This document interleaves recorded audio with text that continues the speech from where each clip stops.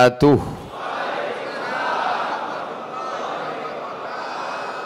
Bersyukur kepada Allah atas nikmat yang besar dengan sama-sama melafazkan Alhamdulillahi Rabbil Alamin.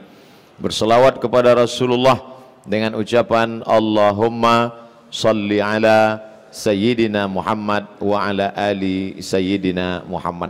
Apa kabar bapak-bapak, ibu-ibu semua, sehat?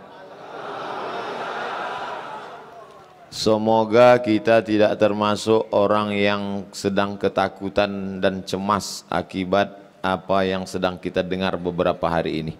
Karena kita bertawakal, tetap ikhtiar dan berusaha, semuanya kita serahkan pada Allah. La haula wa la quwata illa billahil aliyil azim. Masya Allah, masjid kita indah. Kalau dulu kita mendengar cerita bagaimana Ratu Balqis sampai ke istana Sulaiman, dia angkat ujung karena dia lihat di bawah seperti air. Ini Masya Allah, tadi hampir saya angkat juga celana saya.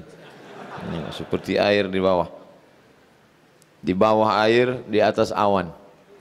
Kurang indah apa lagi? Fabi ayyi ala'i rabbikuma tukadziban. Nikmat apa lagi yang engkau dustakan? Di hari baik, bulan baik. Kenapa disebut bulan baik? Salasun mutawaliyatun, ada 3 bulan berturut-turut. Zulqa'dah, Zulhijjah, Muharram. Kemudian ada 1 bulan yang terpisah, ma baina Jumada wa Sya'ban. Itulah dia bulan Rajab. Rajab diambil dari kata tarjib. Padanan kata tarjib artinya ta'zim. Ta'zim artinya agung dan mulia. Bulan Rajab, bulan tarjib, bulan ta'zim, bulan yang dipilih untuk mengagungkan Allah Subhanahu wa ta'ala. Apa di antara amal yang paling afdal untuk mengagungkan Allah? Nabi pernah bersabda dalam hadis qudsi, Allah berfirman, as-sawmu li wa ana ajzi bihi. Puasa itu untukku dan aku yang membalasnya. Mengapa Allah menisbatkan puasa kepada dirinya, padahal dia maha mulia, dia tidak butuh, dia tidak perlu, dia tidak berhajat kepada sesuatu. Kalau saya berkata air ini untukku karena saya haus. Kalau saya berkata makanan ini untuk saya karena saya lapar. Tapi ketika Allah berkata as-sawmu li, langsung ditambah. As-sawmu li, puasa ini untukku. Allah tidak berhajat kepada puasa. Tapi Allah berkata puasa ini untukku karena ada 3 alasan. Yang pertama, Allah kalau mau memuliakan sesuatu, dia nisbatkan sesuatu itu kepada dirinya. Contoh hamba. Hamba sahaya, miskin, susah, melarat, tidak punya apa-apa. Bahkan dirinya pun tidak punya, dia punya tuannya. Tapi ketika hamba itu dinisbatkan kepada Allah, maka dia menjadi mulia. Hamba Allah, Abdullah. Rumah biasa saja. Tapi ketika rumah itu dinisbatkan kepada Allah, maka siapa yang menodai rumah itu halal darahnya. Bait rumah dinisbatkan kepada Allah, Baitullah, maka rumah itu menjadi mulia. Kita sekarang sedang berada di Baitullah, masjid, rumah Allah. Maka ketika dinisbatkan puasa untukku, Allah ingin memuliakan ibadah puasa. Kenapa amal yang paling afdal adalah puasa? Karena berpuasa tidak bisa riya. Kalau sholat orang bisa ria, mempertunjukkan. Kalau di kamar dia sholat, iftitah, fatihah, ayat, 1 napas tembus. Tapi begitu sholat di depan orang banyak, Allahu Akbar, lama sekali. Ditanya orang, apa ayat yang kau baca? Lama sekali, tegak berdiri. Kul huwallah. Kenapa lama? Kuulang-ulang. Haji bisa ria. Karena ibadah haji orang paling tahu, tiap tahun selamatan. Berangkatnya 2030. Tapi semua orang tahu. Setelah pulang, kalau tidak disebut nama, cemberut. Yang terhormat Bapak Haji. Undangan mesti dibuat pakai spidol, Haji. 3 kali, hahaha. Yang ujung dalam kurung ONA+. Begitulah haji diketahui orang. Tapi puasa yang tahu hanya dia dengan Allah Subhanahu wa ta'ala. Itulah mengapa ibadah yang paling afdal adalah puasa. Yang ketiga, puasa paling minim tingkat kemampuan manusia melakukannya. Kalau sholat banyak orang sanggup. Kalau zakat orang-orang kaya bisa. Tapi puasa yang tulus ikhlas karena Allah, Banyak orang puasa tahan makan, tahan minum, tapi kalau sudah cerita tahan lidah, tahan pikiran, tahan hati. Makanya kata Nabi, rubba shaimin, berapa banyak orang yang mampu menahan makan dan minum, laisa lahu min siyamihi, tak dapat apa-apa illal ju', hanya lapar saja. Kenapa Ustaz tiba-tiba ingat puasa? Karena ini bulan yang disebut Nabi berurutan. Allahumma barik lana fi Rajab wa Sya'ban wa ballighna Ramadan. Berikan kami berkah di bulan Rajab dan di bulan Sya'ban, maka sampaikan kami ke bulan Ramadan. Dan hari ini kita sudah sampai pada tanggal Jumat 11, Kamis 10, Jumat 11, Kamis 10, Rabu 9. Berarti hari ini 9. Kok Ustadz ingatnya 11? 11 Rajab ibu saya meninggal. Enggak, saya tinggal. Saya ingat bulan Rajab, bulan mengagungkan, memuliakan Allah Subhanahu wa taala. Yang sanggup melaksanakan banyak-banyak puasa di bulan Rajab, puasa. Saya enggak bisa puasa Pak Ustadz. Kenapa? Usus saya sudah hilang setengah. Sudah dioperasi, enggak bisa lagi puasa. Sebentar-bentar lapar, sebentar-bentar lapar, sebentar-bentar lapar. Harus makan terus. Enggak bisa kamu puasa, enggak bisa. Banyak-banyak sholat sunat. Sholat qabliyah subuh, sholat isyraq, sholat duha, sholat awabin, sholat qabliyah, sholat ba'diyah, sholat tahiyatul masjid, sholat sunat hajat, sholat sunat wudu, sholat sunat tasbih. Saya enggak bisa sholat sunat Pak Ustadz. Banyak berdiri, lutut sakit. Ini yang sebelah yang asli tulang, yang ini udah besi Pak Ustaz. Nggak bisa banyak sholat sunat, nggak bisa baca Quran, khatamkan Al-Quran. Habis sholat zuhur 2 lembar, habis asar 2 lembar, habis maghrib 2 lembar, habis isya 2 lembar, habis subuh 2 lembar, 10 lembar. Satu hari 1 juz, sebulan khatam 30 juz. Baca Quran pun nggak bisa juga Pak Ustaz. Setiap buka Quran lihat huruf titiknya udah titik ba udah 3 nampak. Puasa nggak bisa. Puasa, sholat sunat enggak bisa juga. Baca Quran enggak sanggup juga.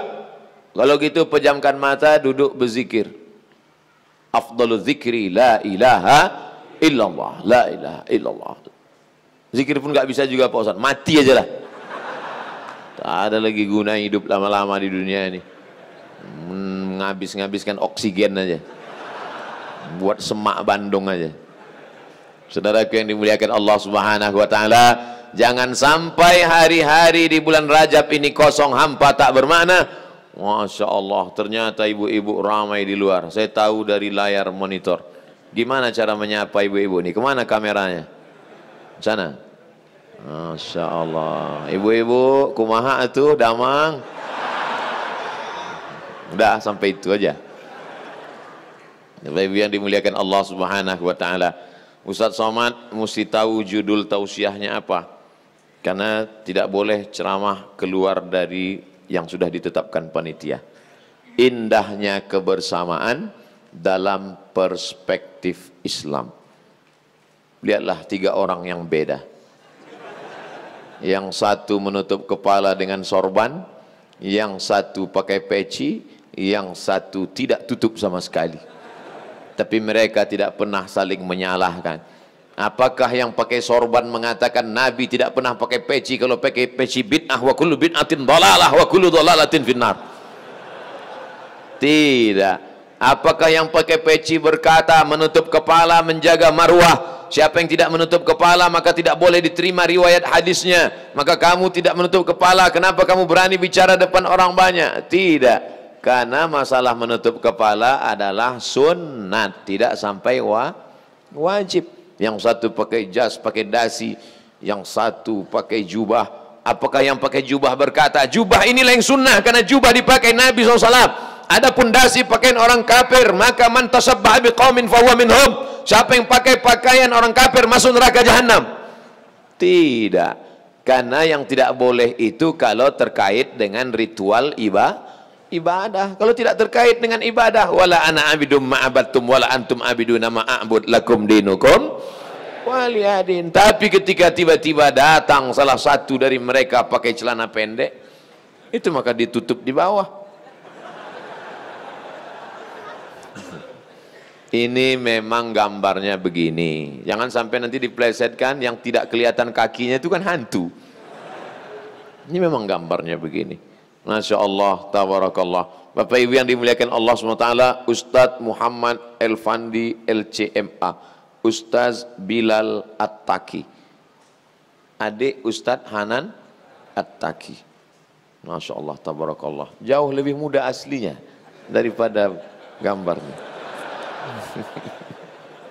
Kami sudah lama tak jumpa, dulu sama-sama di Pekanbaru, Riau. Hari ini dipertemukan kembali, bertemu di dunia, bersahabat di dunia, bertetangga di surga. Tidak ada hadisnya, saya dapat di grup WhatsApp. Sab'atun yudhilluhumullahu fi dhillihi. Ada 7 golongan yang akan mendapatkan naungan Allah ketika tidak ada tempat berlindung, tidak ada tempat bernaung. Matahari sejengkal dari ubun-ubun. Ada yang panas tenggelam karena peluh keringatnya sampai ke lutut. Ada yang sampai ke pinggang, ada yang sampai ke dada, ada yang sampai ke leher, tenggelam semuanya. Tapi ada yang adem ayam, tentram, nyaman, tenang karena dia mendapat naungan singgasana arasy Allah. Siapa dia? Rajulani, 2 orang. Tahabba fillah, berkasih sayang karena Allah, ijtama'a alaih, bertemu karena Allah, wa tafarraqa alaih, berpisah pun karena Allah. Insyaallah kita termasuk dalam golongan itu insyaallah. Dicari oleh Allah Subhanahu wa taala, ainal mutahabbuna bi jalali, mana orang yang dulu berkasih sayang karena aku. Selama ini kita mencari orang penting, mencari Pak RT, mencari Pak RW untuk nyurus KTP. Tapi sampai masanya nanti kita dicari Allah Subhanahu wa taala. Ainal mutahabbuna bi jalali? Mana orang yang dulu berkasih sayang karena aku mau beli naungan kepada mereka.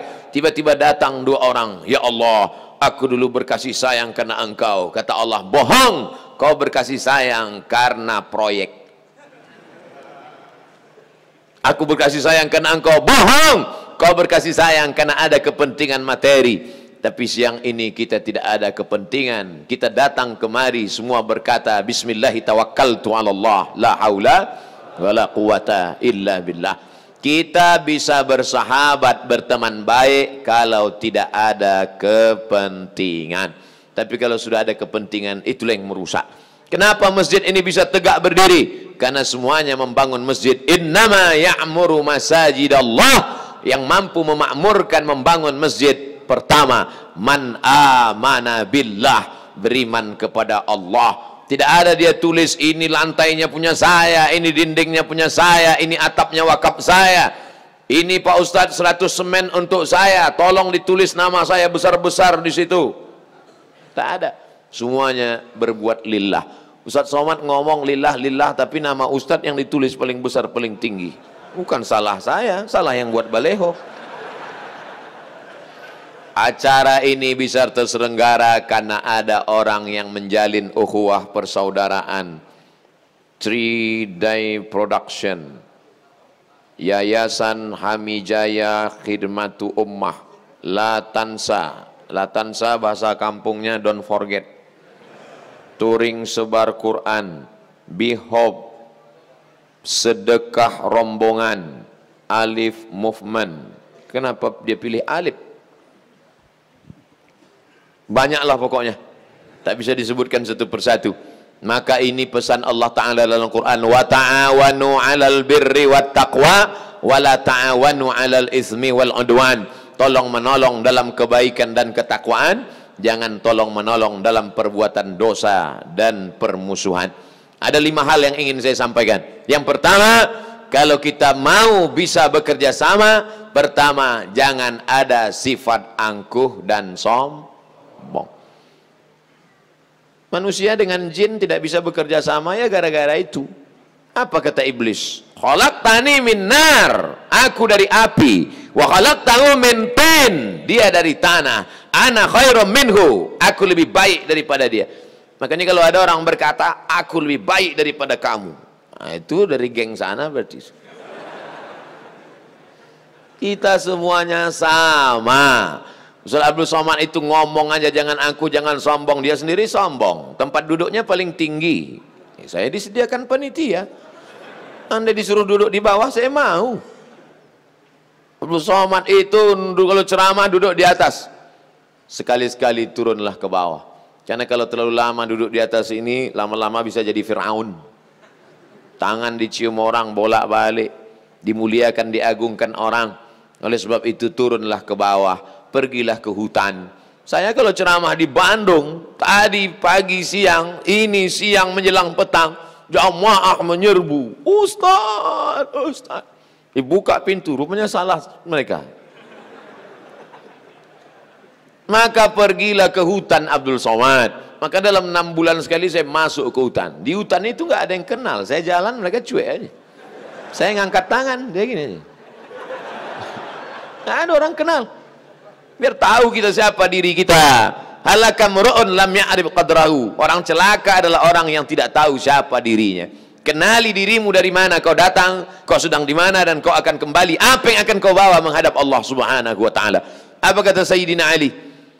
Manusia itu awaluhu nutfah, akhiruhu jifah. Manusia itu apa yang disombongkan? Awaluhu nutfah, akhiruhu jifah. Maaf, beribu maaf. Awaluhu nutfah, awalnya sperma, akhiruhu jifah, akhirnya bangkai. Dari sperma menjadi bangkai. Yang terbuat dari besi, angkat tangan. Berarti Robocop sama Transformer. Kita ini awaluhu jifah, dan berakhir menjadi bangkai, santapan cacing tanah, akan dimakan tanah. Yang disombongkan itu apa? Oleh sebab itu maka sadar diri, tahu diuntung apa yang akan kita bawa menghadap Allah Subhanahu wa taala. Kalau masing-masing mengagungkan, membanggakan dirinya, kita tidak akan bisa bekerja sama. Alhamdulillah, pengurus masjid kita terdiri dari berbagai macam suku dan bangsa. Begitu saya masuk tadi ke dalam, Ustaz Somad, saya orang Padang, Minangkabau. Oh, saya tahunya ini Jawa Barat. Ternyata ada orang Sumatera Barat. Kita kenal, kita tahu, maka kita bisa saling hormat menghormati. Ustadz Bilal Attaqi dari Sumatera, paling atas Aceh, di bawah Aceh Medan, di bawah Medan Riau, berurutan. Jadi kalau urutan lebih tinggi Ustadz Bilal Attaqi, Ustadz Somad level 3. Yang kedua, setelah kita sadar kita dari mana, kita mesti kenal adat istiadat orang. Maka muncullah tata krama sopan santun. Jangan kita ejek sepelekan orang. Saya tidak mau menikahkan anak saya dengan orang Sumatera, jatuh derajat saya. Kenapa gitu Pak? Masa dari emas langsung jadi tulang?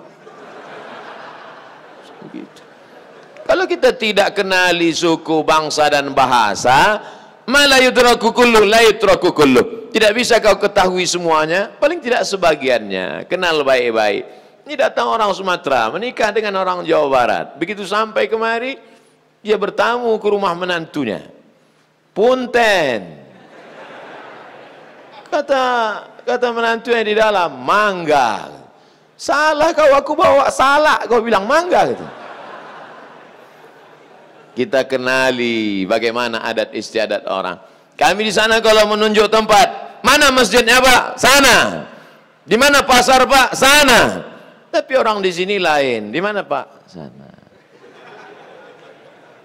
Itu mesti kita pelajari dengan baik. Kalau tidak, kita akan dikatakan orang tidak beradab, tak tahu sopan santun, tata krama, budi bahasa. Ini pun sebenarnya ceramah saya di Jawa Barat, di masyarakat Sunda dengan suara menggelegar ini termasuk tidak hormat.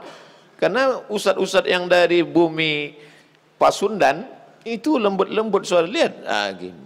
Jamaah, apa kabar? Ini tidak. Kenapa saya buat suara kuat ini? Karena memang ini jam-jam genting. Habis makan siang, anginnya spoi-spoi. Kalau sampai saya cerita, mari kita jaga persaudaraan. Tapi saya yakin jamaah tidak tersinggung mendengar saya bicara kuat, karena memang sudah kenal. Mereka sudah, Ustadz Somad, udah kenal. Itu kan Ustadz radikal. Banyak orang salah sangka, yang nggak kenal dia sangka suara menggelegar. Itu suaranya aja kuat, hatinya lembut. Saudaraku yang dimuliakan Allah Subhanahu wa taala, ja'alnakum syu'uban wa qabaila. Kami jadikan kamu bersuku-suku, berbangsa-bangsa. Untuk apa? Lita'arafu, saling kenal saling kenal mengenal. Saya ceramah dari mulai Aceh, ketemu dengan orang Batak, orang Mandailing, orang Karo, masuk ke orang Melayu, pergi ke Minangkabau, ke Melayu Palembang, Jambi, Kepulauan Riau, pergi ke Malaysia, lalu kemudian sampai ke Banjarmasin, jumpa orang Banjar, ketemu sahabat-sahabat orang Bugis Makassar, sampai ke Sorong di Papua. Saya cuma mau cerita, saya udah keliling. Untuk apa? Kenalan. Ternyata kita terdiri dari berbagai macam suku dan bangsa, bahasanya macam-macam. Afrika itu tanahnya satu, tapi negaranya atas bagian Afrika, sebelah kanan Mesir, Libya, Tunisia, Aljazair, Maroko, Mauritania. Di atas itu putih semua, di bawah itu agak coklat, makin ke bawah makin hitam. Afrika buminya satu, negaranya 50. Sedangkan kita 17.000 pulau, dari yang besar sampai yang kecil, ada yang berpenghuni, ada yang tidak. Ada pulau itu musim surut dia naik, musim tenggelam dia hilang. Tapi justru bisa negaranya satu, negara kesatuan Republik Indonesia Bhinneka Tunggal Ika. Oleh sebab itu, kalau ada orang mau mengajarkan kita tentang persatuan dan kesatuan, kalian yang perlu belajar kepada kami tentang menjaga persatuan dan kesatuan. Makanya virus corona nggak berani masuk kemari. Ngeri deh. Di tempat lain sudah banyak. Insya Allah dengan doa-doa mustajab, dengan istighfar berjamaah, dengan kunut nazilah, negeri ini tetap dijaga menjadi baldatun thayyibatun warabbun.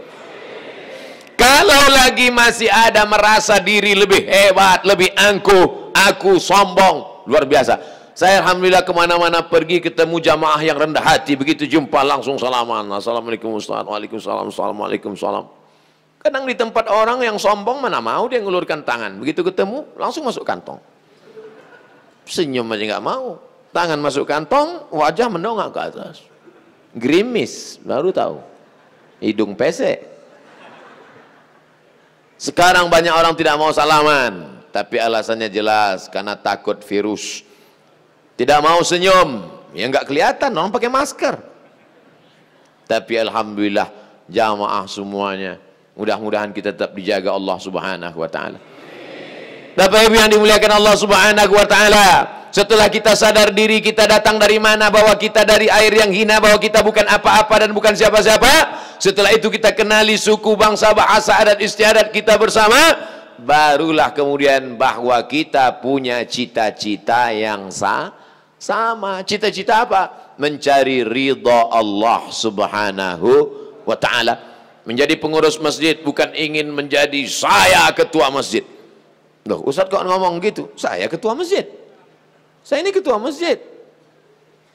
Saya ketua masjid Ibadur Rahman. Tugas saya tanda tangan surat aja. Ustaz, ini ada surat, tanda tangan. Ini ada surat Pak Ustaz, tanda tangan. Ini ada surat Pak Ustaz, tanda tangan. Isinya Ustaz sudah baca? Belum.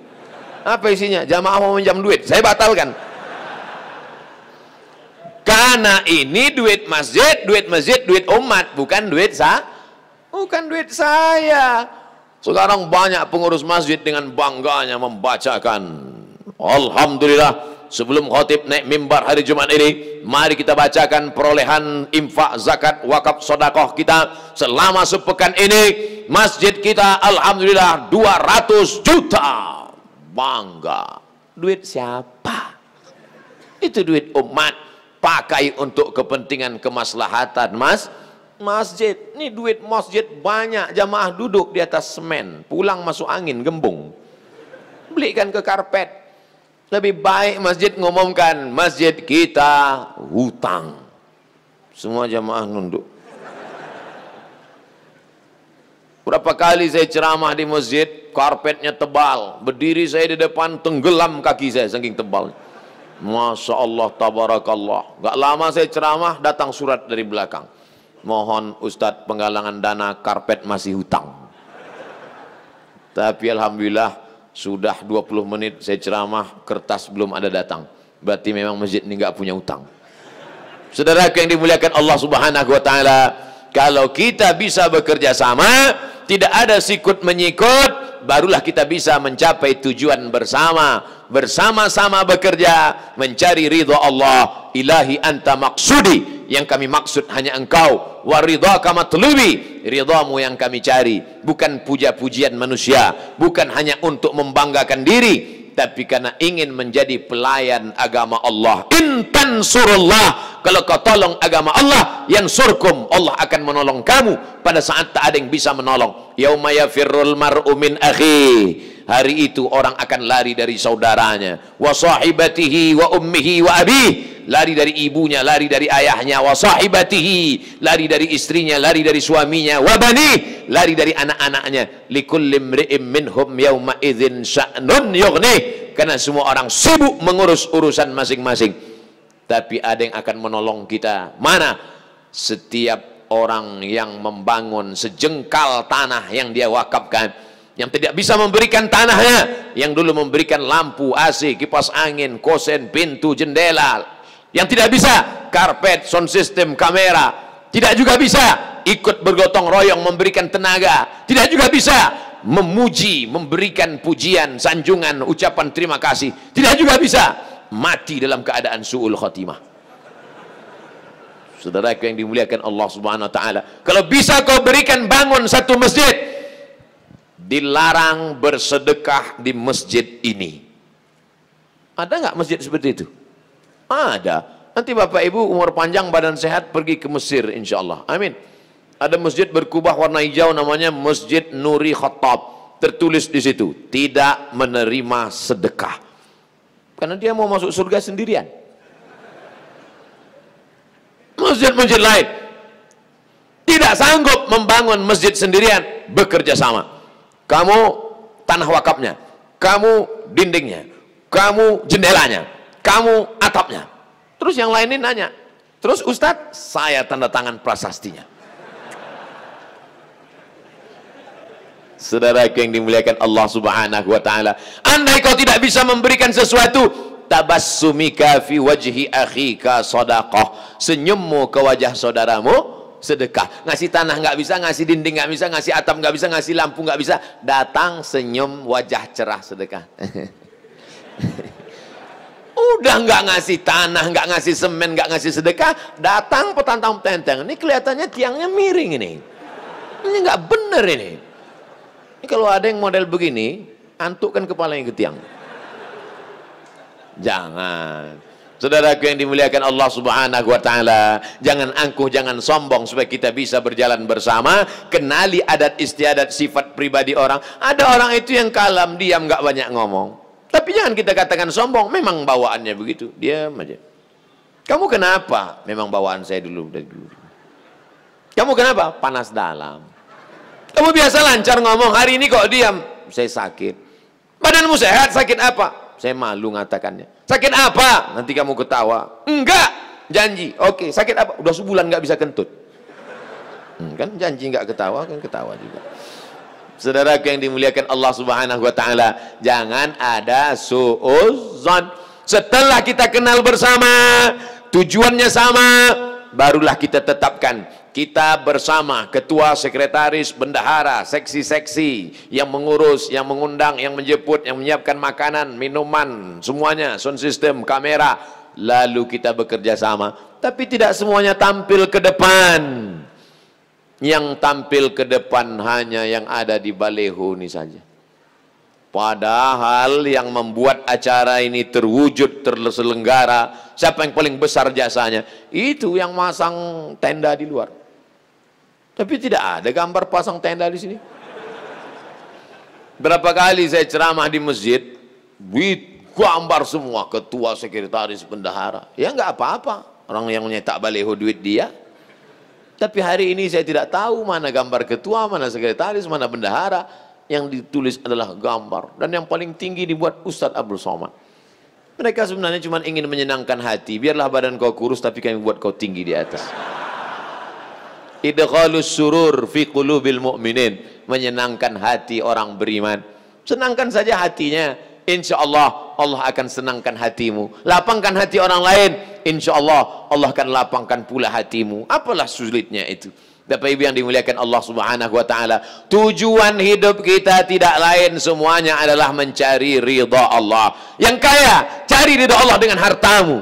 Yang punya kekuasaan, cari ridha Allah dengan jabatan kekuasaanmu. Dengan ini DPRD, bupati, wakil bupati, wali kota, gubernur mengeluarkan peraturan daerah, pergub, peraturan gubernur, peraturan bupati, anak-anak sekolah pendidikan agama dibebaskan biaya pendidikan. Setuju? Yang bilang setuju itu yang punya jabatan aja. Setujunya itu adalah motivasi. Karena pejabat-pejabat itu dalam dunia demokrasi dipilih oleh rakyat. Kalau rakyatnya peduli agama, mencari ridha Allah, dia pilih anggota dewan, dia pilih DPD, dia pilih DPR RI, DPRD kabupaten kota provinsi, maka insya Allah dengan ini, dengan jabatannya, anggota dewan mengeluarkan peraturan daerah, semua penggali kubur diberangkatkan umroh. Banyak yang mau jadi penggali kubur.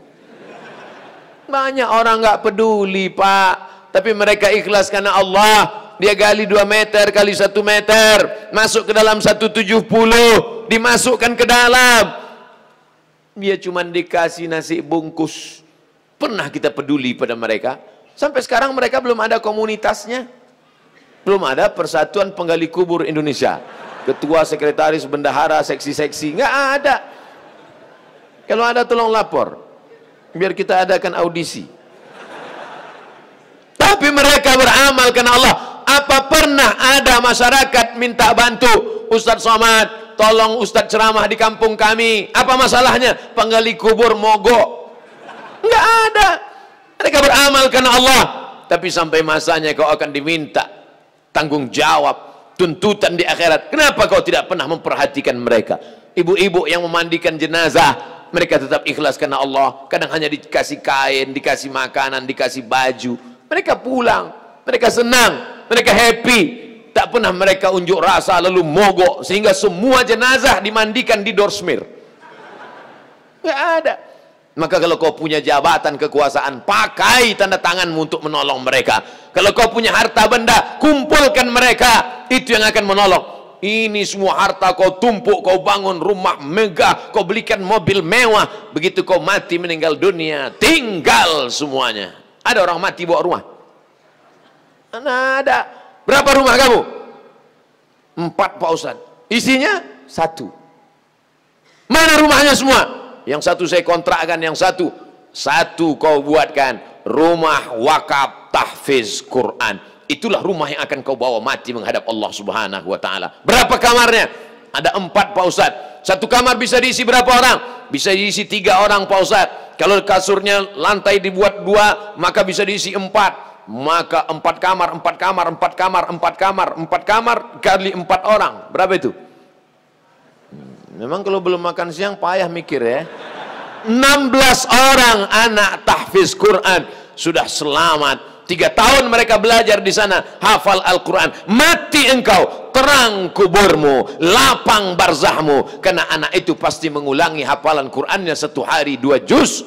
Mereka yang hafal Quran itu mengulangi hafalannya 1 hari 2 juz. 1 bulan 2 kali khatam. 1 tahun 48, 24 kali khatam. Belum lagi khatam bulan Ramadan, mengalir pahalanya. Ini rumah kontrakan sana, sewakan ini, kontrakan ini, habis dipegang istrinya semua duitnya, mati. Diambil brownies. Hari ini Bapak boleh tersenyum, tapi dalam perjalanan pulang Bapak mulai mikir, betul juga kata Ustaz. Tapi ibu-ibu jangan takut, saya bukan provokator. Jangan gara-gara ini Bapak lalu nggak mesra lagi. Mama, pantasan kamu selama ini ya udah disiapkan brownies ya. Bukan itu maksudnya. Bapak Ibu yang dimuliakan Allah, siapa itu orang yang cerdas? Orang cerdas bukan yang IP-nya 4. Orang yang cerdas bukan orang yang hebat otaknya. Kata Nabi, orang yang cerdas al-kayyis, orang yang cerdas mandana nafsahu, yang mampu menekan hawa nafsunya, wa amila lima ba'dal maut. Dia berpikir apa investasi yang dia siapkan setelah mati. Itu tujuan hidup kita Bapak Ibu. Menjadi pengurus masjid, tujuannya apa amal kita setelah mati. Menjadi orang tua, tujuannya apa amal kita setelah mati. Anak-anak muda yang hadir ini, insya Allah inilah yang akan mendoakan orang tuanya, Rabbighfirli wali walidayya warhamhuma kama rabbayani shaghira. Saya bangga hari ini karena yang hadir ini saya lihat banyak yang muda-muda. Mustahil mereka datang ke masjid kalau orang tuanya memberi makan haram. Uang sekolahnya haram, sarapannya haram, breakfastnya haram, lunchnya haram, dinnernya haram. Haram, otaknya pun haram. Mati masuk neraka jahanam. Tapi begitu dikasih makanan halal, dia pulang kuliah bawa sepeda motor naik angkot, dia lihat ada baleho, hadiri tablik akbar pengajian Ustadz Abdul Somad di Masjid Multazam. Dia pun segera datang. Kata orang Multazam itu pendek Pak Ustadz, lebarnya cuma 2 meter. Inilah Multazam yang paling besar. Multazam tempat terkabulnya doa yang hanya dari Hajar Aswad ke pintu Ka'bah. Mau masuk ke sana 4,7 juta jamaah haji yang mau berdoa di situ. Banyak orang yang sholat di depan Multazam itu salamnya cuma satu. Assalamualaikum warahmatullahi wabarakatuh. Langsung. Berdoa di situ. Ustaz Somad, katanya dinding Ka'bah itu wangi. Iya. Kenapa waktu itu saya nggak wangi? Kamu berdoanya matanya terbuka apa tertutup? Tertutup. Berarti kamu di belakang orang Afrika.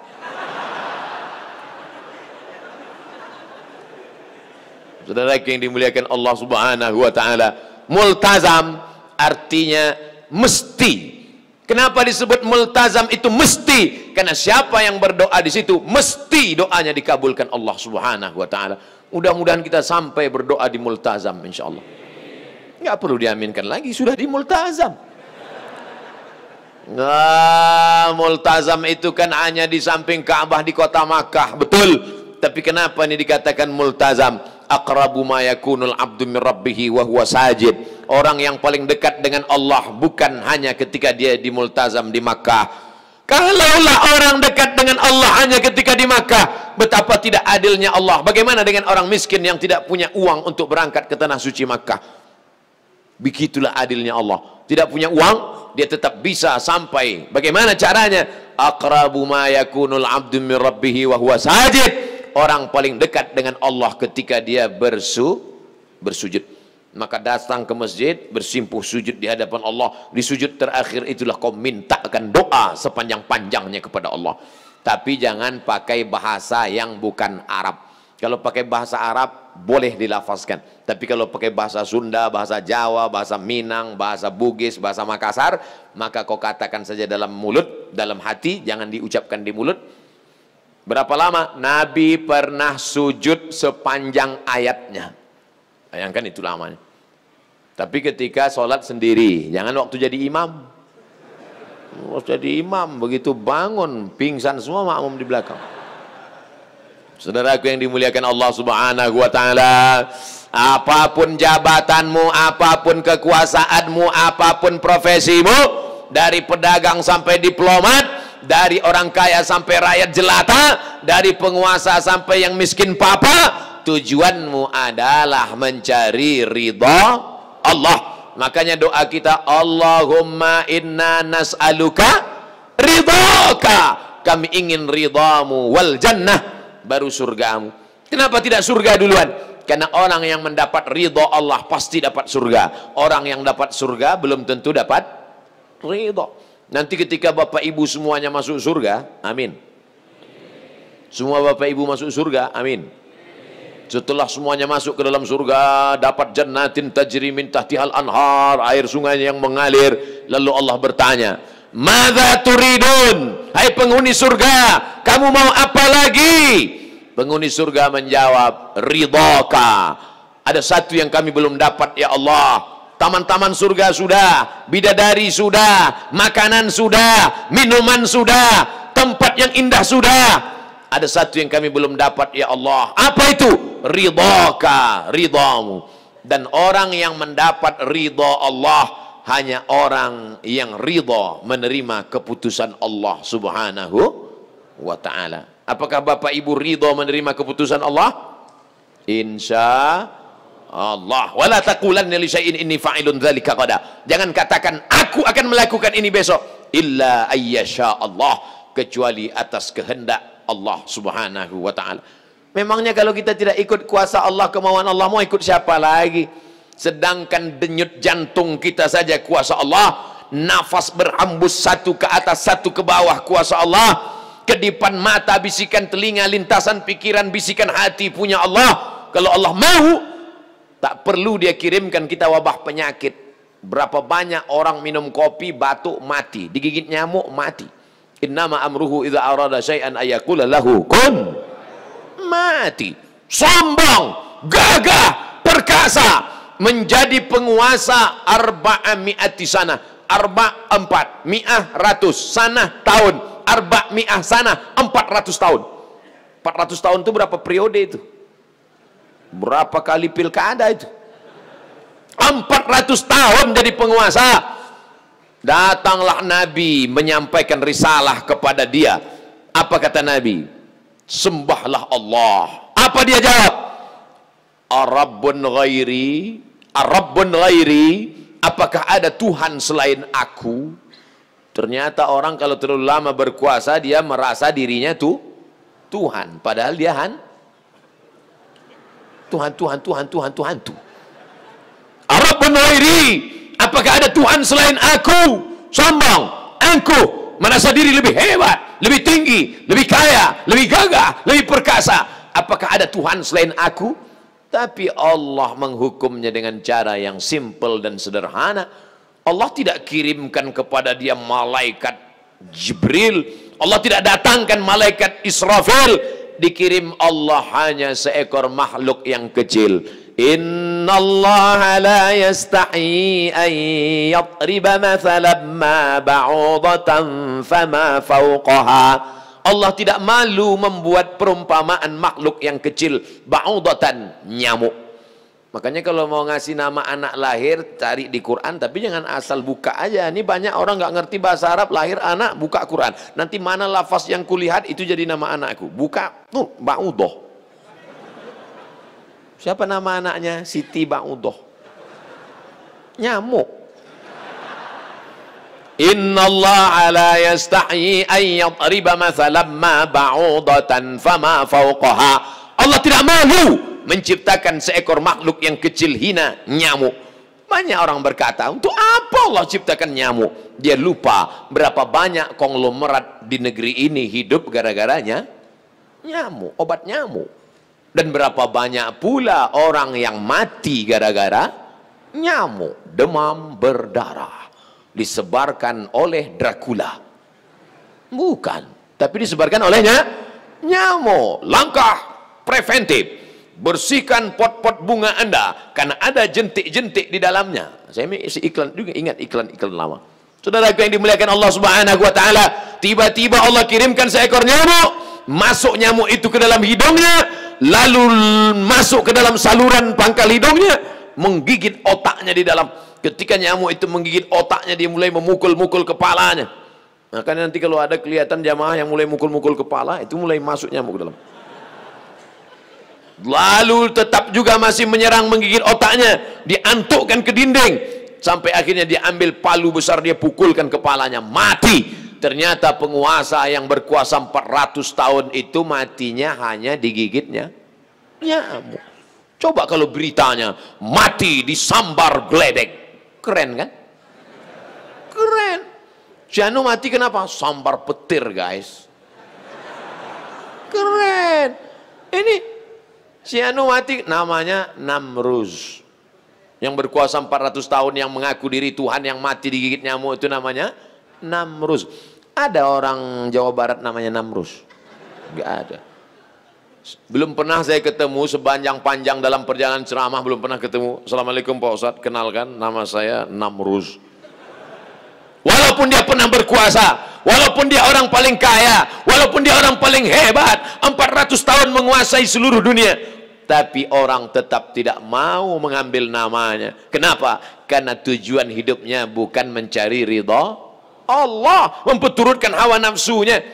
Oleh sebab itu anak-anak muda sekalian, sesuai dengan kuliah kalian masing-masing, Gantungkan cita-citamu setinggi langit.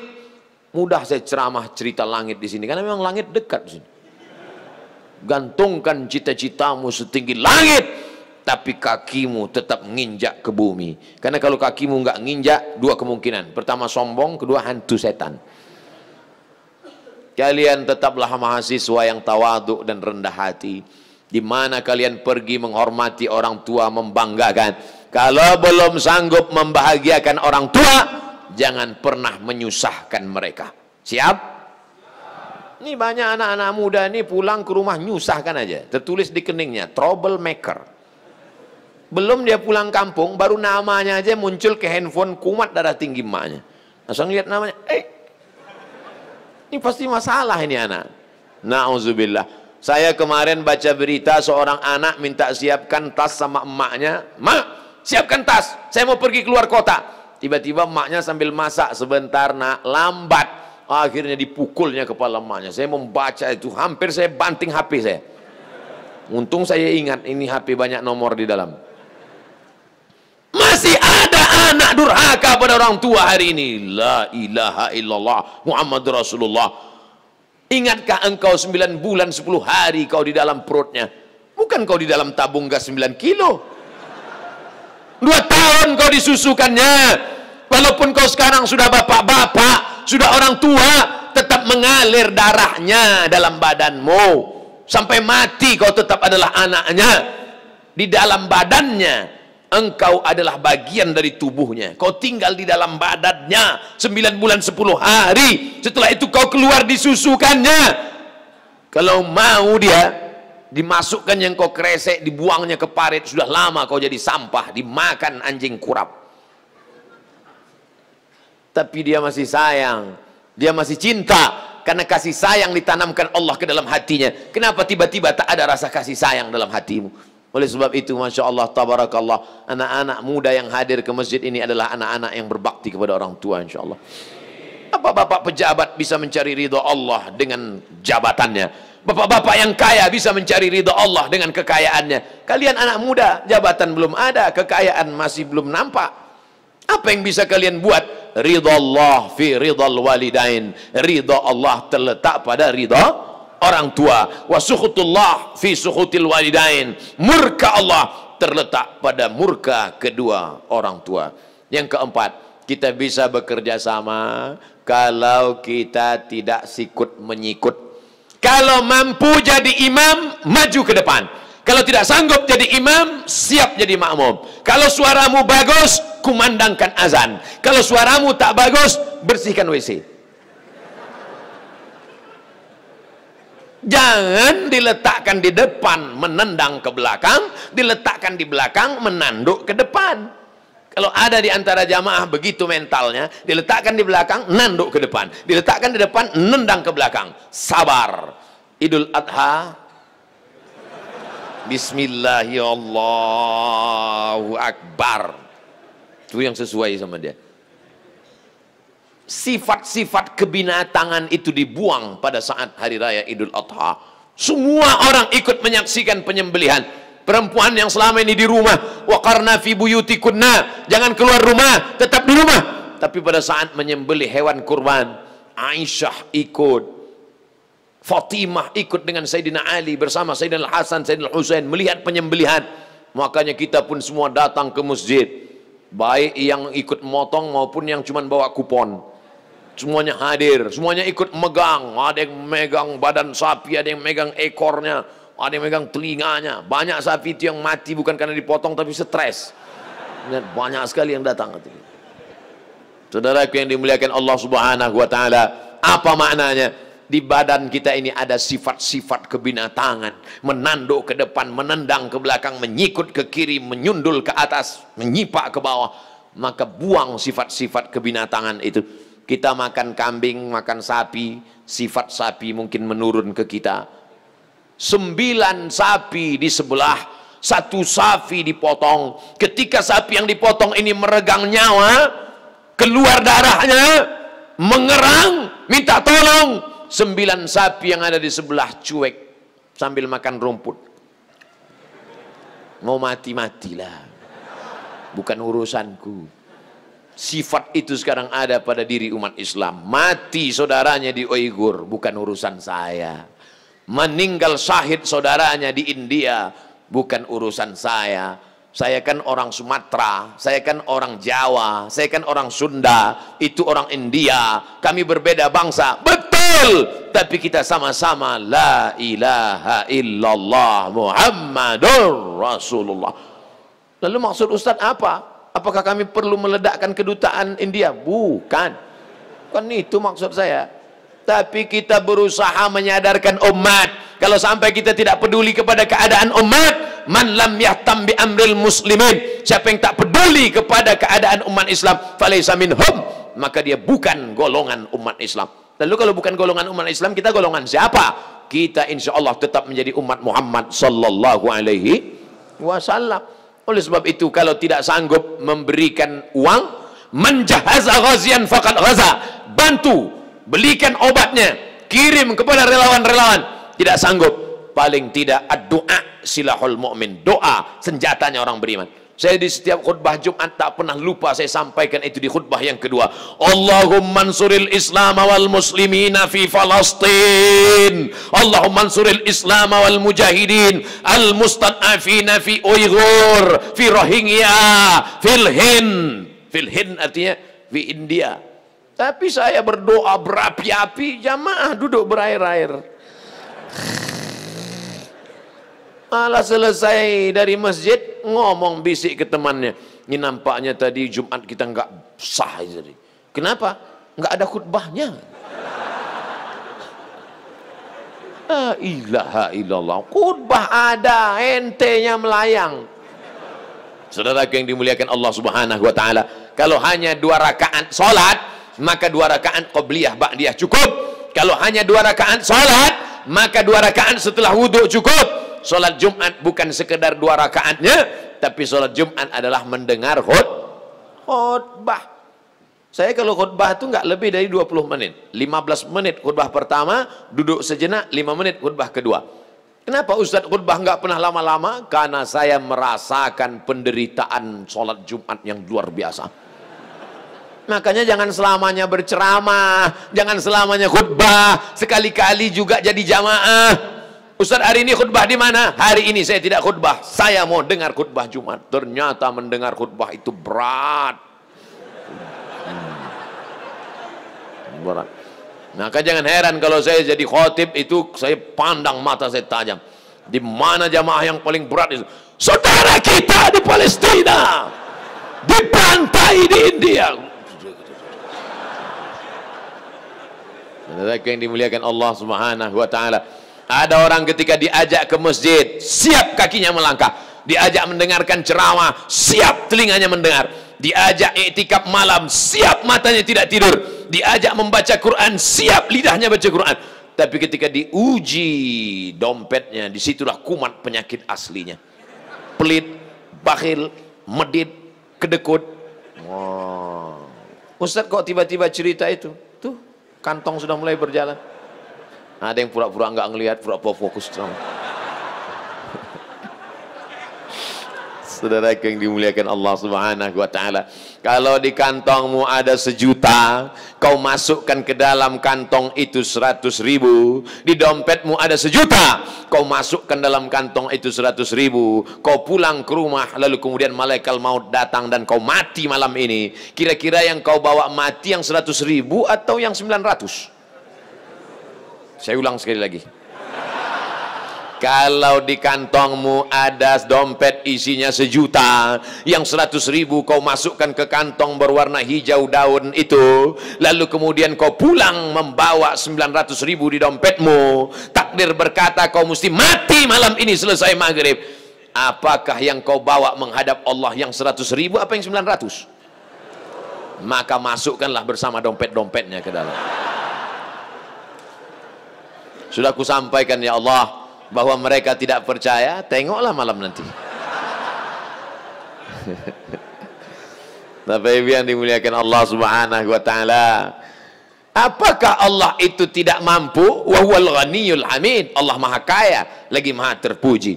Apakah Allah itu tidak kuasa? wa huwal azizul hakim. Dia maha kuasa lagi maha bijaksana. Kalau dia maha kaya, mengapa kita mesti minta sedekah? Intan surullah, kau tolong agama Allah. Oh, kalau begitu Allah perlu ditolong. Allah tidak perlu kau tolong.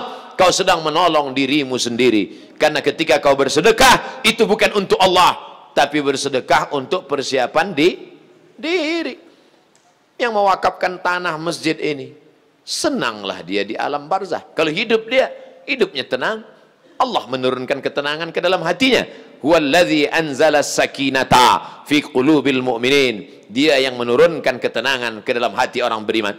Inna setan qad ya'isa an ya'budahul musallun. Setan sudah putus asa kalau melihat orang sholat.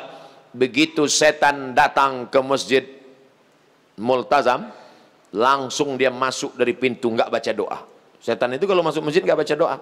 Makanya kalau ada bapak ibu tadi yang nggak baca doa, enggak, bukan setan, setengah setan. Kita langkahkan kaki kanan. Allahumma inni as'aluk, Allahumma ftahli abwaaba rahmatik.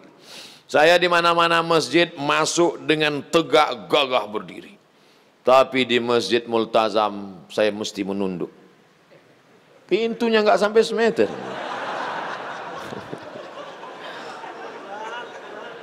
Itu pelajaran Bapak Ibu, kalau mau dihormati orang, buatlah pintu pendek di rumah. Siapapun yang datang bertamu ke rumah Bapak Ibu, pasti dia akan menunduk. Saudaraku yang dimuliakan Allah Subhanahu wa taala, apa maknanya? Setan kalau sudah melihat orang sholat, setan putus asa. Aku tidak bisa menggoda mereka lagi untuk menyembah Lata, Uzza, Manat, Hubal, Jibti, Taghut, Naham. Walakin fit tahrish. Tapi setan menggoda dari pintu yang lain. Dia goda lewat pintu permusuhan. Sesama orang yang sholat, imamnya sama, kiblatnya sama, bacaannya sama, fatihahnya sama, tapi dalam hatinya bercokol, sikut menyikut. Masuk masjid yang dilihat bukan shop, tapi yang dilihat lawan saya di mana. Oh, dia di sana, saya di sini. Dia di sini, saya di sana. Tom and Jerry. Sampai akhirnya suatu hari lupa ngelihat karena masbuk, langsung sholat. Allahu Akbar. Baru sadar rupanya dia di sebelah. La tanaza'u, jangan berikhtilaf. Fatafshalu, kamu akan gagal. Wa tadhhaba rihukum, dan kamu kehilangan semangat. Kamu kelahi sama dia gara-gara apa? Sepele, hanya gara-gara bismillah. Yang satu bismillahnya jahar, bismillahirrahmanirrahim. Yang satu alhamdulillahirrabbilalamin. Pas rapat nyindir. Ustaz Somad boleh nanya? Boleh. Apa hukumnya kalau imam kita nggak pandai baca basmalah? La ilaha illallah Muhammadur Rasulullah. Ini masalah khilafiyah, remeh temeh, sepele. Kalau masjid kita dari awal dulu memang bismillahnya jahar, ya teruskan jahar. Kalau memang dari awal pembangunannya masjid itu baca bismillahnya sir, teruskan sir. Kalau memang masjid itu dari awalnya baca kunut, teruskan kunut. Kalau memang tidak berkunut, tidak usah pakai kunut. Yang pakai kunut mazhab Syafi'i dengan mazhab Maliki. Yang nggak pakai kunut mazhab Hanafi dengan mazhab Hambali. Saudi Arabia, Makkah Al-Mukarramah sejak 1924 rezim King Abdul Aziz pakai mazhab Hambali, maka nggak pakai kunut. Idza qanata, kalau imammu berkunut, maka berkunutlah makmum. Angkat tangan, aminkan 5 kali. Allahumma hdina fi man hadait, amin. Wa afina fi man afait, amin. Wa tawallana fi man tawallait, amin. Wa barik lana fi ma a'tait, amin. Wa qina bi rahmatika syarra ma qadait, amin. Sisanya kalau kau hafal, ikut baca. Fa innaka taqdi wa la yuqda 'alaik wa innahu la yadhillu man walait wa la ya'izzu man adait. Tabarakta rabbana wa ta'ala. Falakal hamdu 'ala ma qadait. Nastaghfiruka wa natubu ilaik. Tutup dengan salawat. Wa sallallahu ala sayyidina Muhammadin nabiyil ummi wa ala alihi washabbihi wasallam.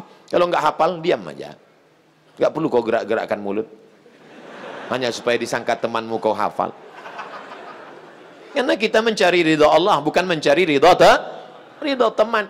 Tapi kalau saya diundang ceramah di suatu kota, saya nggak tahu masjid ini gimana awalnya, saya nggak mau maju jadi imam. Ustaz, silakan jadi imam. Lebih selamat daripada kita masuk ke dalam khilafiyah. Apa yang dicari ini? Mau menunjukkan diri lebih hebat, lebih alim, lebih berilmu?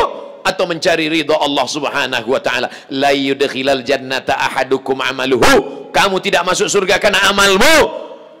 Banyak pun amal kita enggak masuk surga. Engkau masuk surga bukan karena amalmu. Wala ana, aku pun masuk surga bukan karena amalku tuh Rasulullah. Lalu masuk surga karena apa? Illa ayyataghammadani Allahu birahmatih. Masuk surga karena ridha dan rahmat Allah. Tapi jangan gara-gara ceramah ini besok adik-adik nggak sholat subuh, dibangunkan ayah ibunya nggak sholat, nak langsung bangun. La yudkhilal jannata ahadakum amaluhu. Kamu masuk surga bukan karena amalmu. Tarik selimut lagi. Bismika Allahumma ahya wa amut. Kita tetap sholat subuh berjamaah ke masjid, tetap hadir pengajian dengan para habaib, alim ulama, guru-guru. Tujuannya untuk mencari ridha dan rahmat Allah. Buka Quran pertama kali yang disebut rahmat, Bismillahirrahmanirrahim. Ada orang mati yang didoakan rahmat, Allahumma ighfir lahu warhamhu. Doa di antara dua sujud minta rahmat, Rabbil firli warhamni. Ya Allah, berikanlah kami rahmat. Amin. Ada ibu-ibu satu diam aja dia. Ibu nggak minta rahmat. Aku udah dapat, kata dia. Rupanya nama suaminya Pak Rahmat. Bapak Ibu yang dimuliakan Allah Subhanahu wa taala. Tadi saya mulai tausiah pukul 1 tepat, sekarang sudah sampai jam 2 sesuai yang tertulis di botol 600 ml. Tapi Ustadz baru sampaikan 4. Yang kelima apa? Kita akan bisa bekerja sama kalau saling mendoakan. Selesai tausiah tanya jawab, habis itu Ustadz Somad pulang. Tidak tahu entah kapan kita akan berjumpa, tapi kita tidak berpisah karena kita tetap bersama dalam doa.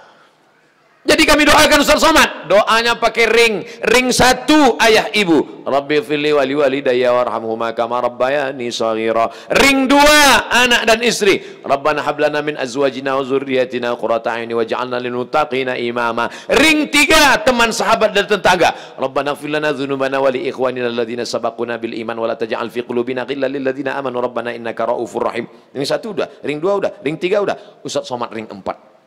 Matikan Ustaz Somad dalam husnul khatimah. Tak lebih tak kurang daripada itu. Apa ibu yang dimuliakan Allah Subhanahu wa taala. Ustaz enak aja tadi pakai bahasa Arab. Kami enggak hafal bahasa Arab. Doa enggak usah pakai bahasa Arab, pakai bahasa Indonesia. Ya Allah ampunkan ring 1, ring 2 dan ring 3.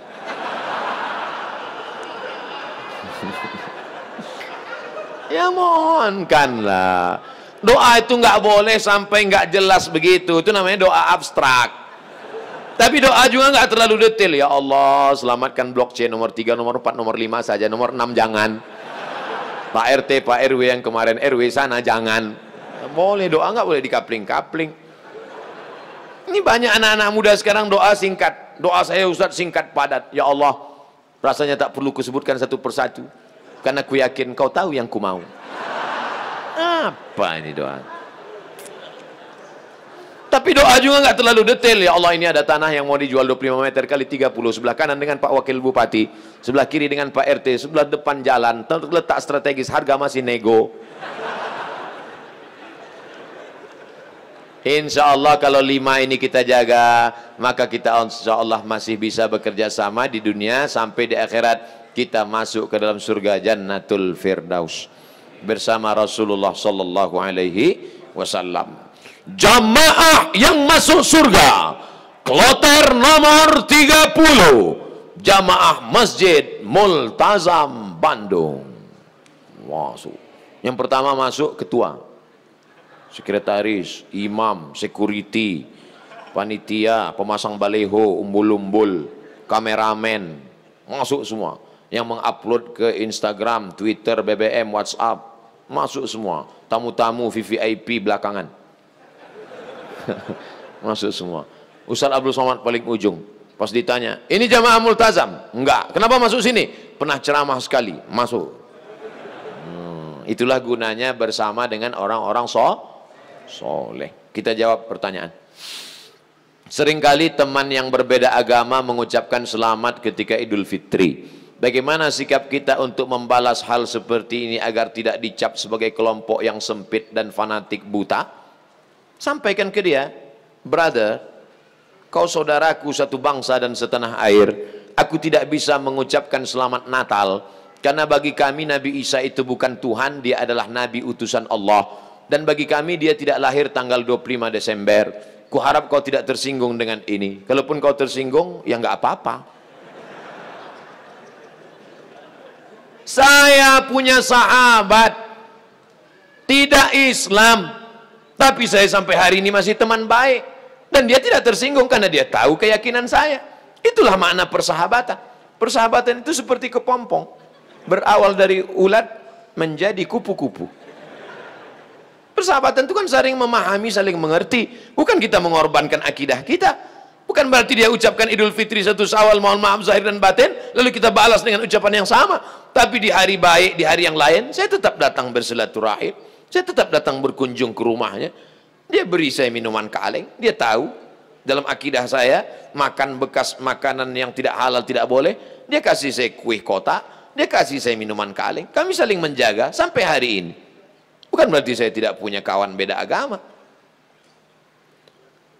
Semoga Ustadz selalu sehat, amin. Diberkahi, amin. Dirahmati, amin. Mohon motivasi, insya Allah. Pemuda yang berhijrah terkadang merasa putus asa karena selalu teringat dosa di masa lalu. Kalau kau masih ingat dosa, alhamdulillah. Yang khawatir justru kau nggak ingat dosa. Setelah hijrah kau merasa sudah menjadi penghuni surga, yang lain masuk neraka. Setelah hijrah, bapaknya masuk neraka, emaknya masuk neraka. Yang masuk surga cuman dia, istrinya sama gurunya. Di kaplingnya surga itu. Memang dia panitia akhirat. Orang yang diterima taubatnya ketika dia mengenang dosa-dosanya di masa lalu, maka hatinya hancur lebur, air mata tak tertahan menetes. Itu orang yang taubat nasuha. Ini sekarang punya banyak juga yang hijrah ini. Ustadz, saya ini dulu nakal. Kartu kuning sudah datang. Banyak juga saya ketemu orang yang sudah hijrah taubat. Apa kata dia? Ustadz, saya ini semua minuman sudah saya minum, semua perempuan sudah saya rasa, dari Afrika sampai Eropa. Ente taubat apa bangga? Dosa kok bangga? Ini yang taubatnya diterima Allah SWT. Rasa takut kepada Allah. Apa tujuan puasa 30 hari? Ya ayyuhalladzina amanu kutiba alaikumusyamu kama kutiba alal ladzina min qablikum la'allakum takut. Wahai engkau saudaraku, engkau sudah punya rasa takut dalam hati. Dengan bekal takut inilah engkau akan masuk ke dalam surga Allah Subhanahu wa taala. Ada orang minta jasadnya dibakar, abunya di laut dihanyutkan. Kenapa? Karena dia takut. Sebelum zaman Nabi Muhammad SAW, karena dia takut kepada Allah. Kata Allah Subhanahu wa taala, karena dia takut kepada aku, masukkan dia ke dalam surga aku. Makanya di antara doa, Allahumma qasim lana min khasyatika ma tahulu bainana wa baina ma'asik. Tanamkan rasa takut ke dalam hati kami, sehingga dengan rasa takut itu kami tidak jadi melakukan perbuatan dosa. Pak Ustadz, tadi saya ke mall, terus tiba-tiba datang cewek ngasih nomor, dia ngajak saya jalan, terus tiba-tiba datang rasa takut saya, Pak Ustadz. Akhirnya saya nggak jadi jalan. Takut sama siapa? Sama suaminya.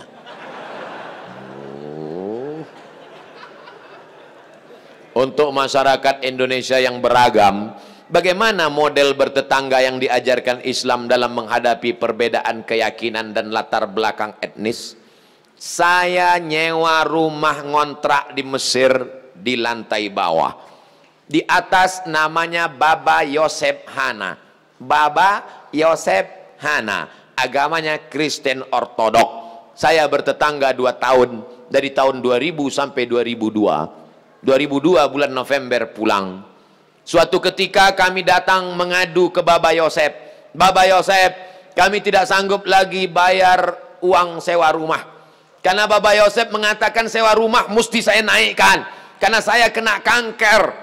Saratan bahasa Arabnya, saya kena kanker nak. Maka sewa rumah mau kami naikkan. Kalau Baba Yosef menaikkan sewa rumah, apa boleh buat? Kami pindah dari rumah ini, Baba Yosef. Kenapa? Karena kami juga lebih dahsyat kanker kantong kering. Tahun 98, 99, 2000 krisis moneter. Apa kata Baba Yosef? Kalian jangan pindah, tetaplah di rumah ini. Setiap acara Pak Dubes datang, Bapak Yosef kami undang makan bersama, dan dia juga tetap baik dengan kami. Kami tahu kami berbeda, maka mengucapkan tidak assalamualaikum, tapi kalau ketemu sabahal khair, selamat pagi, sabahan nur, selamat siang, masa al khair, selamat petang, selamat malam. Kami saling menjaga. Apakah karena berbeda lalu kemudian kami berkumpul bersama? Ini tuan rumah beda agama, mari kita siapkan pisau dapur, kita bunuh dia malam-malam. Wala ana abidum ma'abattum wala antum abiduna ma'abud lakum dinukum waliyadin. Kami tetap bisa bekerja sama. Di Indonesia, tetangga dekat rumah saya non muslim, kami bertetangga, tidak pernah konflik sampai hari ini. Mereka saya khawatir yang ribut-ribut di internet ini yang nggak bertetangga malah ribut. Manusia gagal paham. Kalau ada orang gagal paham, kita kasih paham, insya Allah dia paham. Yang jadi masalah ini, ada orang-orang yang cari makannya dari gagal paham. Kalau nggak gagal paham, nggak makan. Bahaya ini manusia. Mesti dibina. Kalau tidak bisa dibina, dibinasakan. Ustadz, ibu saya meninggal seminggu yang lalu. Ibu saya meninggal hari Jumat ini 11 Rajab setahun yang lalu. Sampai hari ini belum hilang sakitnya. Apalagi kalau seminggu yang lalu. Saya mohon doanya agar ibu saya ditempatkan di tempat terbaik di sisi Allah. Nanti di akhir majelis, bukan hanya ibu engkau saudaraku, ibu kita semua. Dulu, makin berjalan hari itu makin lama dia makin berkurang. Di antara yang menenangkan hati ini adalah banyak-banyak berkirim doa. Habis setiap solat, Allahumma firlaha warhamha wa'afiha wa'afu anha. Kalau kau sanggup baca sekhatam Quran, bacakan sekhatam. Tak sanggup sekhatam, baca Yasin. Tak sanggup Yasin, baca Fatihah. Fatihah tak juga sanggup, parah kali. Habis itu pula kalau kau ada duit gaji sedekah, belikan beras 10 kilo, sarden, ikan, kumpul, masukkan ke kresek, serahkan ke anak yatim. Sebutkan, ni anak yatim tolong doakan almarhumah ibu saya. Di mana dulu tempat dia solat, kau buka sajadah solat kau di situ, menenangkan hati. Wasta'inu bis sabri wassalah. Mintalah tolong kepada Allah dengan sabar dan solat. Saya tahu, man lam yadhuq lam ya'rif man lam yadhuq. Orang yang tak meninggal ibunya tak dapat dia merasakan bagaimana sakitnya kehilangan. Oleh sebab itu maka yang masih ada ibunya, pulang dari sini, kau belikan makanan kesukaannya, datang ke rumahnya, cium tangannya, suapkan makanan, peluk dia, cium keningnya, senangkan hatinya. Hanya itu yang dapat membuat kau bahagia. Kalau kau ingin rezekimu seperti rezeki raja-raja, perlakukan ayah ibumu seperti raja. Insya Allah semua kesulitan hidupmu akan diberikan Allah kelapangan, insya Allah. Amin ya rabbal alamin. Sebelumnya mohon maaf Ustadz, pertanyaan ini keluar dari materi hari ini. Belakangan ini saya lihat banyak perkumpulan orang-orang atau komunitas mengaku Islam modern atau Islam yang bersatu dengan budaya. Bagaimana cara kita memandangnya agar kita tidak disebut musyrik dan diterima di kalangan masyarakat sebagai pecinta budaya daerah? Ini pertanyaannya umum. Kalau mau nanya ke saya masalah hukum fikih, sebutkan secara spesifik satu contoh kasus. Karena kalau cerita masalah budaya, maka saya pecinta budaya. Peci ini agama atau budaya? Budaya. Mana ada hadis Nabi, sahabat, tabi'in, Imam Syafi'i pakai peci? Ini budaya. Saya pakai budaya ini sekarang. Maka kemana-mana saya mau menunjukkan budaya. Ketika di Maroko pun waktu sidang S3 saya pakai. Saya mau menunjukkan saya orang Indonesia. Saya pakai batik. Batik itu budaya? Budaya. Apakah salah saya pakai peci dan batik? Tidak. Ada juga orang mengatakan, jangan pakai batik gambar burung, nggak boleh dibawa sholat. Kenapa? Karena dalam burung itu ada tai. Gimana ceritanya? Saya yang bodoh apa dia yang pintar? Selama budaya itu tidak mengandung unsur kemusyrikan, merusak akidah, maka ada syarat dan ketentuan berlaku. Wala ana abidum ma'abattum wala antum abiduna ma'abud lakum dinukum waliyadin. Karpet ini agama atau budaya? Budaya. Karpet ini budaya. Masjid Nabawi yang asli nggak ada karpetnya. Ini berapa kali budaya. Ini lagi membuat bunga-bunganya. Ini budaya semua nih. Bunganya mati lagi. Oleh sebab itu maka bahkan masjid kita pun banyak budaya. Ini bangunan melengkung di tengah. Tiang melengkung di tengah disebut dengan kubah. Kubah itu budaya dari Bizantium, Romawi. Makanya bangunan-bangunan Romawi, coba tengok gereja-gereja ortodok di Moskow pakai kubah. Orang yang tidak ngerti dia tengok, loh kok ada masjid di Moskow? Padahal itu katedral. Bangunan itu adalah budaya Eropa, budaya Bizantium, budaya Romawi kuno, diambil. Maka tidak jadi masalah karena tidak terkait dengan akidah. Begitu juga dengan tiang menara masjid. Itu bukan agama, itu budaya. Karena dulu di Mesir ada namanya tiang tinggi tempat api di tepi laut, supaya para nelayan kalau tengah malam jangan sampai kapalnya nabrak ke pantai. Maka disebutlah tempat itu mercusuar, sehingga di tengah malam dia ngelihat. Waktu itu belum ada GPRS. Maka dia lihat, oh kita udah dekat di tepi pantai, maka layar mesti diarahkan ke melawan angin supaya kapal tidak laju, supaya tidak kencang. Lalu kemudian ketika orang Islam melihat ada menara tinggi, apinya dibuang, muazzinnya naik ke atas. Allahu Akbar, Allahu Akbar. Sekarang muazzinnya di bawah, mikrofonnya ke atas, sound systemnya di atas. Sekarang nggak ada lagi kabel, wireless. Ini semuanya budaya. Selama budaya itu tidak merusak akidah, maka boleh. Yang nggak boleh itu budaya celana pendek. Kenapa? Karena melanggar syariat Islam. Nampak pangkal paha dan lutut, tidak sah salat. Selama budaya tidak melanggar akidah, maka dia boleh dilaksanakan. Budaya itu apa Pak Ustadz? Hasil cipta karya karsa manusia yang tidak ada wahyu di dalamnya. Pak Ustadz, saya mau tanya, kenapa hati saya selalu gelisah? Padahal saya sudah perbanyak istighfar. Tolong masukannya. Semoga Pak Ustadz selalu dilindungi Allah Subhanahu wa Ta'ala. Di mana letak gelisah itu? Di dada sebelah kiri. Nama tempatnya jantung. Tapi ada yang bilang hati Pak Ustadz. Kombinasikan aja dua. Jantung hatiku. Berdegup dan berdetak di sebelah kiri. Coba rasakan. Bagi yang tak merasakan, lapor ke panitia. Kain kapan sudah siap? Makanya kadang kita bangun tidur nggak ada angin, nggak ada hujan, risau, suntuk di dalam. Tapi begitu kita ambil wudhu, sholat, terasa dia seperti kopi yang habis diaduk, tiba-tiba bening. Ala bidzikrillahi tatmainnul qulub. Dengan banyak berzikir mengingat Allah, maka hati akan menjadi tenang. Ya muqallibal qulub, wahai engkau yang membolak-balikkan hati, tsabbit qalbi, kokohkan hatiku, ala dinik wa ala ta'atik. Apakah materi bisa menenangkan hati? Tidak. Materi hanya bisa menenangkan materi. Materi lambung. Lambung hanya bisa ditenangkan dengan materi. Apa dia? Nasi uduk, ayam penyet, ayam pop, ayam mati. Tapi non materi hanya bisa ditenangkan dengan agama. Makanya orang-orang ateis yang tidak beragama, hidupnya sempit. Kata Allah, ka'annama yas'adu fis sama, seperti terbang. Kita kalau naik pesawat, terbang, take off, itu dada terasa sempit. Begitulah orang yang tidak berserah diri kepada Allah, sempit. Akhirnya mereka mencari ketenangan kemana? Sabu-sabu, pil anjing gila, sakau, penjara, kalau ketangkap BNN, mati.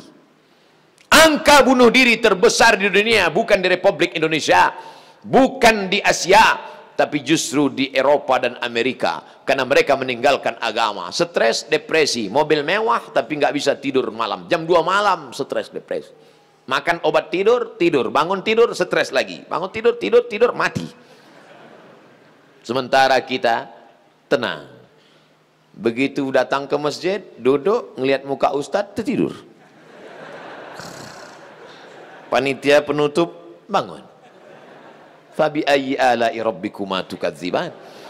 Nikmat tidur apalagi yang kau dustakan? Orang barat setengah mati makan pil tidur supaya bisa tidur. Nama penyakitnya insomnia. Orang kita baru ngelihat. Berikut ini mari kita dengarkan tausiah. Demikianlah tausiah ini saya sampaikan. Bangun lagi. Kurang apa lagi? Maka kalau ada teman di sebelah tidur, biarkan. Dia sedang mensyukuri nikmat Allah Subhanahu wa Ta'ala. Jadi Pak Ustadz jawabannya, perbanyak zikir. Siapa yang bersolawat 1 kali 1 hari 1000 kali, maka sebelum mati dia melihat tempatnya dalam surga. Siapa yang meriwayatkan itu? Ditulis oleh Syekh Ali Jum'ah, mufti Mesir. Diriwayatkannya dari beberapa riwayat kitab-kitab sahih. Jadi kau beberapa kali istighfarnya. Coba amalkan ini. 1 kali 1000 kali. 1 hari 1000 kali. Beli tasbih yang ujungnya ada 10, 100 kali putar. Allahumma sholli ala sayyidina Muhammad wa ala ali Muhammad. Allahumma sholli ala sayyidina Muhammad. Kadang-kadang belum sampai 200 kau udah tertidur. Bangun lagi, sambung lagi. Allahumma sholli ala sayyidina. Malu bawa tasbih, pakai tasbih digital yang pencet itu. Allahumma sholli ala sayyidina. Allahumma sholli ala sayyidina. Tapi pelan-pelan. Kadang ada yang pakai tasbih itu. Macam makan bakwan kepanasan. Bagaimana hukumnya mengambil uang suami tanpa persetujuan suami untuk ditabungkan demi kepentingan rumah tangga? Ini namanya gerakan ibu-ibu kreatif. Ketika Nabi Muhammad SAW sedang duduk di atas bukit Sofa pada tahun 8 Hijrah, rekonsiliasi kota Makkah, Nabi pulang ke kota Makkah. Maka ketika Nabi sedang duduk, datang seorang perempuan. Nama perempuan itu Hindun. Dia tutup wajahnya karena dia malu kepada Nabi. Hindunlah dulu yang mengunyah jantung Hamzah karena dendam kesuma. Lalu Hindun berkata, suamiku inna Aba Sufyan rajulun syahih. Wahai Rasulullah, suamiku itu Abu Sufyan orangnya pelit, medit, kedekut, bakhil. Apa lagi? Bapak ibu hafal seterusnya. Apa kata Nabi SAW? Ambillah uang dia selama untuk mencukupi kebutuhan engkau dan anak-anakmu. Ini kabar gembira bagi ibu-ibu sekalian. Tapi ingat, mencukupi. Nah, standar di Bandung saya tidak tahu berapa keperluan, karena beda harga makanan di Bandung dengan di Riau. Kalau di Bandung ini standarnya 3 juta, tiba-tiba si bapak cuma ngasih 1 juta, ibu boleh ambil 2 juta lagi. Sambutan yang luar biasa. Mana dalilnya? Itu ayat bapak ibu bapak baca waktu akad.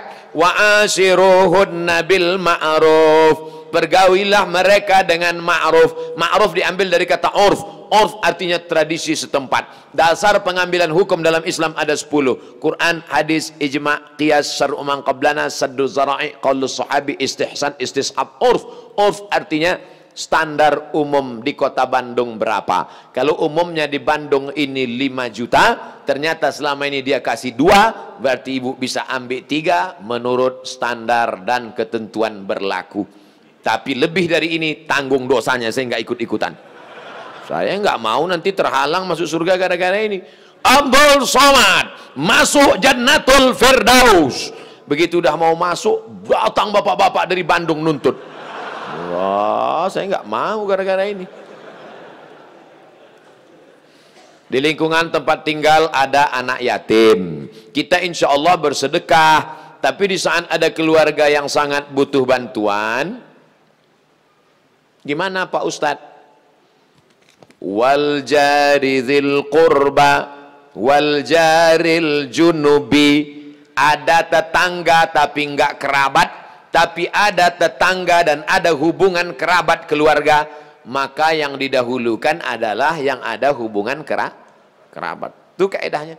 Baik dalam hal membantu maupun dalam hal pergi kondangan. Undangan hari Ahad ada 5. Bagaimana kita menyusun skala prioritasnya? Yang pertama tetangga kerabat. Habis itu tetangga tidak kerabat. Habis itu teman sekantor. Ring 1, ring 2 gitu. Dalam hal ini boleh nepotisme. Sekarang orang enggak. Kalau ada undangan 5, yang pertama pejabat, orang kaya, tetangga yang miskin enggak punya apa-apa, yang kira-kira cuma makan sayur sama telur ayam. Ini enggak benar. Oleh sebab itu dalam hal membantu dulu keluarga. Tapi sekarang orang lebih mau bantu orang lain daripada bantu keluarga. Kenapa kamu lebih mau bantu orang lain daripada keluarga? Kalau bantu orang lain pujiannya melambung. Kalau bantu keluarga, masa cuma ngasih segini? Oleh sebab itu maka setiap keluarga membantu keluarganya skala prioritas, tapi setelah itu tetap membantu fakir miskin, anak yatim. Ara'aital ladzi yukadzibu biddin, tahukah kamu siapa itu orang yang mendustakan agama? Orang yang mendustakan agama bukan orang sekuler liberal. Orang mendustakan agama adalah fadzalikal ladzi yad'ul yatim, menyia-nyiakan anak yatim, wala yahuddu ala ta'amil miskin, membiarkan fakir miskin. Fawailul lil musallin, lalai dalam salat. Alladzina hum an salatihim sahun, alladzina hum yuraun, riya, wa yamna'unal ma'un, melarang orang berbuat baik, tolong menolong. 5 ini mudah-mudahan kita tidak termasuk dalam pendusta agama. Ustadz, tolong doakan muslim saudara kita di India. Itulah senjata kita terakhir. Kalau ada lembaga-lembaga yang terpercaya memberikan dana, maka kirimkan dana untuk membantu rumah mereka yang yang terbakar, saudara mereka yang terkapar, rumah mereka yang hancur, sumur bor, sekolah anak-anak pengungsi. Dulu Suriah, Palestina, Bosnia Herzegovina, Uighur, Rohingya. Coba perhatikan. Palestina, Bosnia Herzegovina dibantai oleh Slobodan Milosevic, Ali Izzet Begovic, ambis presidennya. Matang Uighur, datang Rohingya, sekarang India. Walaupun berbeda-beda tempat, tapi substansi maknanya sama. Mengapa mereka disiksa? Pertama, karena mereka lahir dalam keadaan la ilaha illallah Muhammadur Rasulullah. Yang kedua, karena mereka minoritas. Gimana-mana kalau kita minoritas, habis kita dibantai. Tapi kalau kita mayoritas, maka kita selalu menjaga kedamaian, keselamatan. Karena kita adalah agama Islam. Islam berasal dari kata salam. Salam artinya damai. Maka insya Allah, kalau kita menjadi mayoritas, maka saudara-saudara kita yang minoritas akan terjaga dalam kedamaian insya Allah. Amin ya rabbal alamin. Ala hazihi niyah, untuk niat yang baik. Al-Fatihah. A'udzubillahi minasyaitonir rajim. Bismillahirrahmanirrahim. Alhamdulillahi rabbil alamin. Ar-Rahmanir Rahim, Maliki yaumiddin. Iyyaka na'budu wa iyyaka nasta'in. Ihdinas siratal mustaqim. Siratal ladzina an'amta 'alaihim ghairil maghdubi 'alaihim waladdallin. Amin. Allahumma ansur ikhwanana al-mustad'afina fi Palestin. Tolong saudara kami sedang teraniaya di Palestina, di Rohingya, di Uighur, yang terakhir di India. Ya Allah, qawi imanahum, kuatkan iman mereka. Sahih ajsadahum, sehatkan badan mereka. Waj'alhum minal mujahidina fi sabilik, jadikan mereka orang-orang mujahid di jalanmu ya Allah. Waj'alhum minas syuhada al-maqbulin, jadikan mereka orang-orang yang mati syahid, diterima amalnya ya Allah. Allahumma dafa'an al-ghala wal waba wal fahsya wal riba wal zina wal munkar. Selamatkan negeri kami dari segala malapetaka, bencana, riba, zina, narkoba, perbuatan keji dan munkar.